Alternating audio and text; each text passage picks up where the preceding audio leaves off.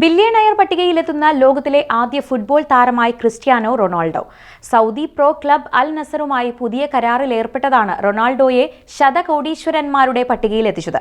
ക്രിസ്ത്യാനോയുടെ ആസ്തി 12,352 കോടിയാണ്. അർജന്റീനയുടെ സൂപ്പർ താരം ലയണൽ മെസ്സിയെ സമ്പന്നരുടെ പട്ടികയിൽ 2ാം സ്ഥാനത്തേക്ക് പിന്തള്ളിയാണ് റൊണാൾഡോയുടെ മുന്നേറ്റം. ബില്യണയറുടെ പട്ടികയിൽ ഒട്ടേറെ കായിക താരങ്ങൾ ഇതിനോടകം തന്നെ ഇടം പിടിച്ചിട്ടുണ്ട്.